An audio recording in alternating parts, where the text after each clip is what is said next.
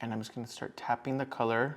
I'm gonna tap off the excess. First, I'm gonna start applying the color on the outer V of her eye, right above the lash line, kind of lightly carving out like a mini crease. I tend to kind of pull in opposed to pulling out. You wanna create a gradient. You don't want the color to be like a block. You kind of wanna make like a soft, diffuse effect. So I'm gonna pick up a little bit of the shade right here, and it's a number 8. And I'm gonna stay a little bit tighter. I'm not gonna go up as high, and I'm gonna start diffusing that color. What I wanna create is just like definition, but you don't wanna smoke this out a little too much. Otherwise, you start to erase that gradient you just created. Start dragging the color out a little bit more. So I'm gonna let the brush just do the work for me. Very lightly, just flick it all the way back. You can see it's starting to pull up the eye and it looks a little bit like pulled back. I'm gonna really strategically start working the brush in this area, and I'm gonna pulling it into the eye socket. And I'm not gonna take it all the way through, but I'm gonna start kind of like sculpting out a crease. And I'm gonna grab this shade, and it's in the shade number 2, and I'm just gonna use this as a transition color. And I'm gonna pull it in all the way to the inner part of her eye. I'm creating kind of like a moon shape in here. So now I'm gonna pick up a little bit of this shade right here, which is shade number 7. I'm gonna lightly do a top lash line, like diffused liner. And you wanna just make sure it's really nice and diffused. You want it to look like a gradient. I'm gonna grab the shade number 11.